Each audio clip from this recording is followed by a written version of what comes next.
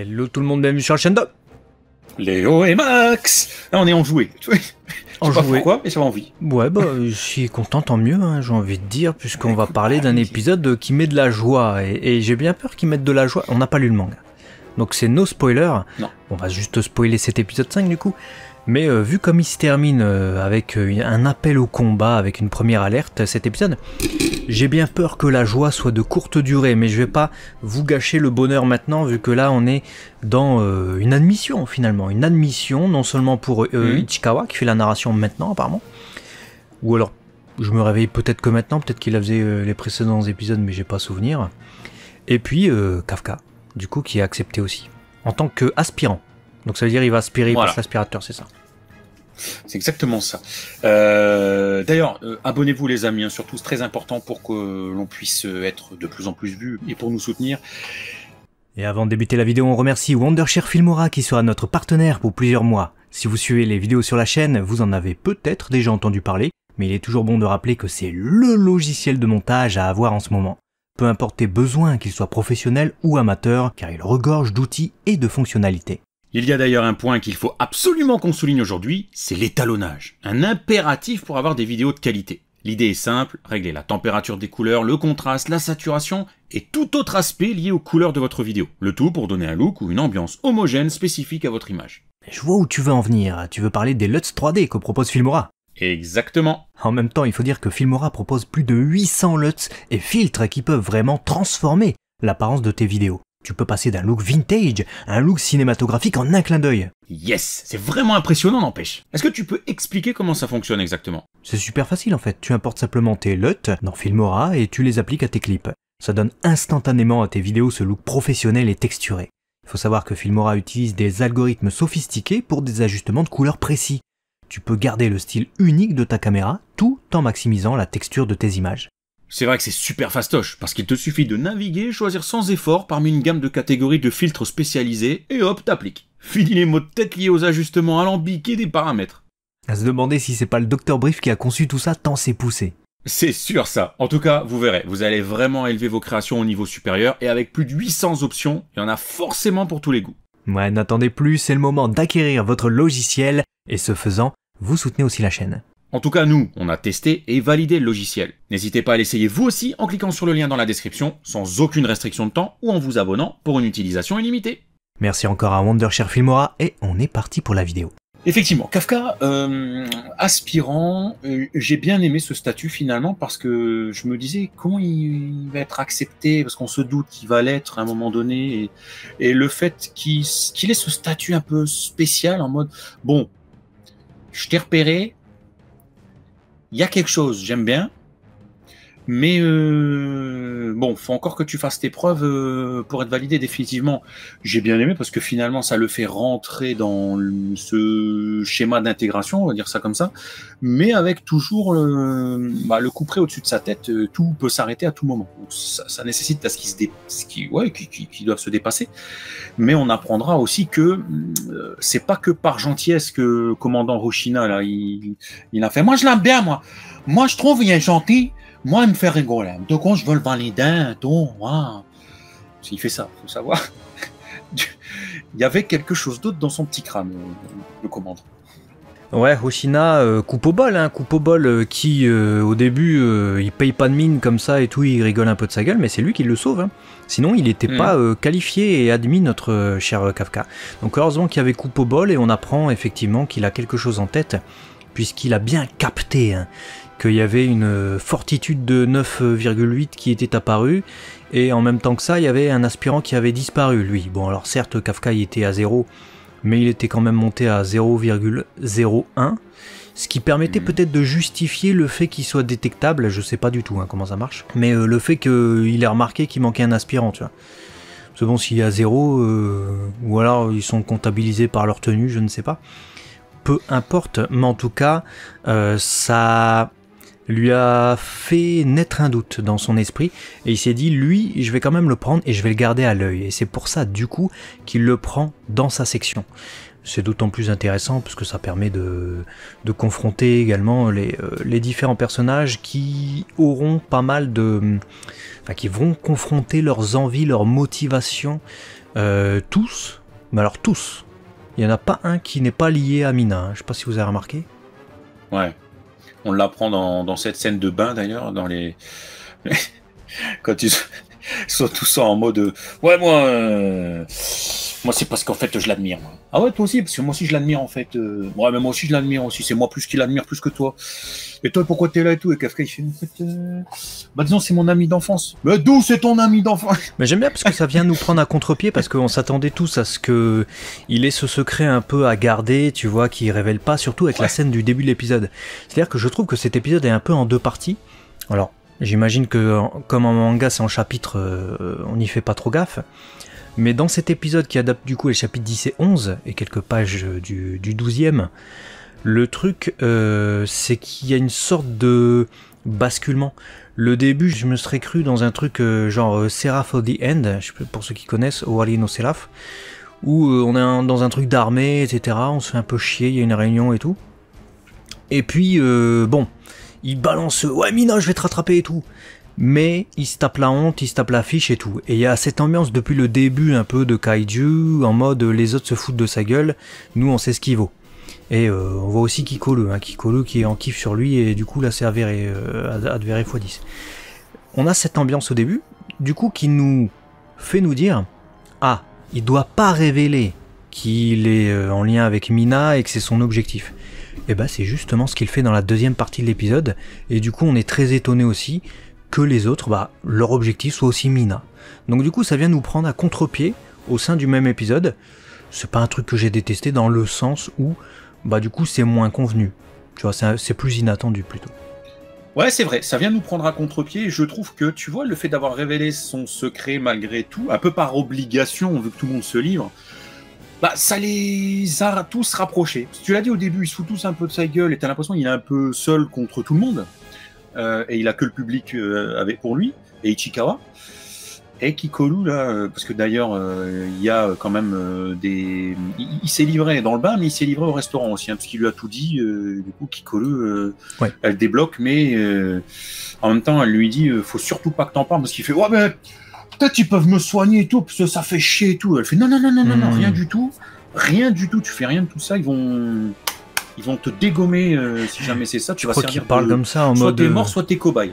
En mode ouais ça fait chier et tout donc je dois déballer ou pas par contre tu vois cette scène. Alors cette scène on nous dit Atsushi qui nous met les notes de l'épisode nous dit que c'est une scène qui appartient normalement au chapitre 12 donc un chapitre après mais qui a été rajoutée ici. C'était une scène flashback normalement et là ça a été rajouté juste après qu'ils soient tous réunis. Je trouve que ça fait sens cette scène, et elle était un peu plus attendue, parce que ça ne m'étonne pas qu'il déballe tout à Kikolu, puisqu'il a été la sauver, c'est la seule hors Ichikawa qui connaît son secret, tu vois. Je suis plus surpris pour le coup qu'il se livre littéralement, et ça montre que c'est pas un calculateur, notre cher Kafka, et c'est bien. Il se livre aux autres. Mais du coup, comme le dit Kupobol à la fin de l'épisode, t'as créé des liens mon gars, mais est-ce que c'était bien de créer des liens sachant que y a peut-être des gens qui vont mourir là avec les kaiju.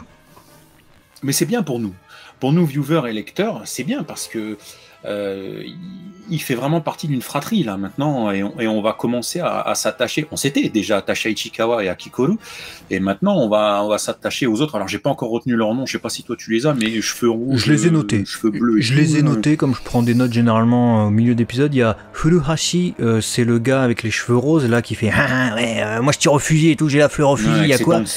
Il est monté à 20% et il se livre une petite compète avec Ichikawa avec qui il sympathise en début d'épisode. Son caractère, ça a l'air d'être le gars sympathique quand il n'y a rien, tu vois, vu ce qu'on voit en début d'épisode, mais directement il joue la concurrence dès qu'il y a une compète, quoi. C'est ce que j'ai cru comprendre du personnage. Kikolu, j'ai juste son pourcentage, donc je vous le note, c'est 55% dans cet épisode. Haruichi, on nous le dit pas, mais on nous dit que Aoi, donc c'est le gros musclé qui vient de l'armée, l'a rattrapé, donc j'imagine que les deux sont aux alentours de 25%, et Kafka est monté à 1%. Dans cet épisode, apparemment dans le manga c'est pareil aussi, et vous noterez que dans cet épisode on ne nous dit pas, ou on ne nous fait pas référence au fait qu'il était monté à 0,1%, et c'est ce que note notamment Atsushi, en disant que comme c'était un rajout de l'animé dans l'épisode précédent ou l'épisode encore d'avant, c'est pas étonnant du coup. Ouais. Donc moi je trouve ça bien. Voilà, on a des liens qui se créent, on va vraiment avoir plusieurs personnages. On en sait un petit peu plus, mais vraiment un tout petit peu. Tu parlais de 0,1%, je pense qu'on en est là avec Mina, puisque elle aussi sort de sa nettoyade, de son nettoyage, voilà. Nettoyage à et elle sec. croise du coup, je sais pas, mais je pense mouillé vu voilà, mais et Kikolu et les autres filles vont prendre la relève et ça permet d'avoir un premier échange. Alors intime, c'est un bien grand mot, mais entre Kikolu et Mina et en fait Kikolu la regarde et elle me dit mais comment tu fais pour avoir cette finesse, des muscles aussi travaillés, etc. Puisque forcément, ça apporte une certaine flexibilité physique, des aptitudes, voilà. Et elle lui fait, vas-y, viens, en gros, limite, je vais t'apprendre. Tu dis, ah ouais. Donc, je me suis repensé à ta théorie. Je me suis dit, quel est le lien vraiment C'était quoi ma théorie? Parce que je m'en souviens pas, moi, donc... tu sais que soit elles vont être pseudo, pas rival, mais en mode, tu vois, Kikolu, elle se dit, Mina, Kafka, du coup, il faut que je sois meilleur qu'elle, et en même temps, c'est son nouveau repère, tu vois. Donc, est-ce que elle va la prendre, comme mentor, ou est-ce qu'elle va la prendre comme rival, ou est-ce que d'abord mentor puis rival? Moi, je pense que ça va être exactement comme ce qu'on a avec Coupe au bol. C'est-à-dire que c'est un seuil à atteindre, c'est-à-dire la place de Coupe au bol, elle est à atteindre pour Kafka. Et Kafka, il veut être aux côtés de Mina, mais celui qui est aux côtés de Mina, c'est Coupe au bol. Donc je pense que pour Kikolu, ça va être un peu pareil dans le sens où il va falloir montrer qu'elle est la meilleure, et le seul moyen de montrer qu'elle est la meilleure, c'est en étant l'égale au minimum de Mina. Tiens. Donc si elle veut briller, même aux yeux de Kafka, elle ne peut faire que ça. Et j'ai déjà expliqué pourquoi elle ne peut pas être en concurrence directe avec Kafka. C'est que le gars, c'est un kaiju, il est trop fort, fortitude 9,8, il tape un kaiju, il explose. Donc, tu peux pas l'égaler, tu peux être Mina, tu peux être Kikolu, c'est très compliqué, je pense. Donc oui, je pense que la concurrence va effectivement dans ce sens-là. Par contre, je voudrais rajouter un truc, je vois une note d'Atsushi qui nous dit que cette scène du lavoir, du lavomatique, elle est propre à l'animé. Voilà, c'est pas dans le manga, la scène de Kikolu et de Mina. Écoute, c'est bon à savoir, mais ça n'aura peut-être pas autant d'importance que ce que je pensais que ça allait avoir avec toutes mes théories. Si c'est un simple rajout de l'animé, c'est que c'est pas forcément considéré par dans le l'auteur manga. comme un truc. Voilà, donc on verra. Écoute, c'est peut-être un indice, mais en tout cas, c'est pas sur ça qu'il faudra se baser. Et puis fin d'épisode qui se termine sur, comme tu disais tout à l'heure, un rebondissement, puisqu'il lui disait, moi, je suis pas sûr que tu devrais te faire des copains, en fait, parce que la mort, elle peut survenir à tout moment. J'avais dit quoi? C'est ça. Et en plus, j'avais dit quoi? Je me suis dit, c'est du foreshadowing. Moi, ma théorie, voilà. Parce qu'il y a une théorie par épisode. Je sais pas si vous avez remarqué. Ouais, mais il y en a un qui va claquer ou être gravement blessé dans l'assaut d'un kaiju dans le prochain épisode. Et tu vois, bizarrement, le fait que la scène du flashback du restaurant survienne dans cet épisode, alors que c'est un flashback dans le manga, on nous dit, il va y avoir un truc. Il va y avoir un truc qui va la déclencher. T'as pas des flashbacks gratos, je pense, donc... Voilà. Ouais, je rajouterais peut-être à ta théorie quelqu'un qui va être blessé ou qui va peut-être être de nouveau, alors ce serait peut-être un bis repetita, mais sauvé in extremis par Kafka qui va devoir dévoiler en fait ce que justement Kikolu lui avait interdit de dévoiler. Et c'est là, très possible. Va se poser une véritable question. Qu'est-ce qu'on fait de lui en fait? Est-ce qu'on l'embauche parce que il a sauvé son prochain et il peut être un atout pour la brigade, mais c'est un kaiju? Ou est-ce que on s'en sert de cobaye et on l'enferme? Donc est-ce qu'on le protège? Est-ce qu'on le protège pas? Parce que là en fait il a montré des signes de fratrie. C'est peut-être pour ça qu'on s'attache à tout le monde. Là. On le voit proche de tout le monde. Kikolu qui fait jamais de la vie, tu dois dire. Si c'est ton scénar en début et le mien en fin, il va se poser un véritable un vrai raisonnement sur le cas Kafka en fait. Donc, ouais. Initialement, j'avais imaginé, rappelez-vous, épisode 1, que Kafka peut-être allait battre un kaiju et ils allaient se rendre compte et se dire « Oh putain, il est fort lui, vas-y, qu'est-ce qu'on fait avec lui ?» Mais vu qu'on a vu que maintenant il a été admis et qu'il est rentré dans le truc, C'est délicat, il lutte entre le fait de devoir masquer cette identité et à un moment donné, le gars il est à 1, donc comment il va pouvoir aider ses compagnons? Ou alors justement le péché ça va être que il s'est fait des nouveaux compagnons mais il est à 1 et il doit cacher cette identité et il va vraiment le faire, il va cacher cette identité et ça va causer des problèmes vu qu'il va avoir des amis blessés ou morts et là il va s'en vouloir. Ça peut être ça aussi. C'est possible aussi. Bon, en tout cas, moi je kiffe toujours autant Kaiju.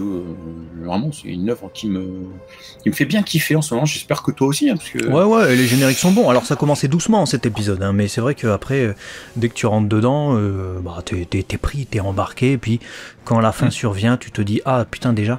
Donc c'est vraiment cool. Ouais, c'est ça. Voilà, faites-nous part de vos pistes hein, si vous êtes animé only, hein, pour ne pas tricher, parce que je sais qu'il y a des lecteurs du manga. Et les lecteurs du manga, dites-nous quelle scène vous avez le plus appréciée liée à son adaptation, hein, laquelle est la mieux réalisée pour vous, ou la moins bien peut-être, par rapport au manga. Voilà, très vite sur la chaîne de Les Wemax, des bisous. Ciao.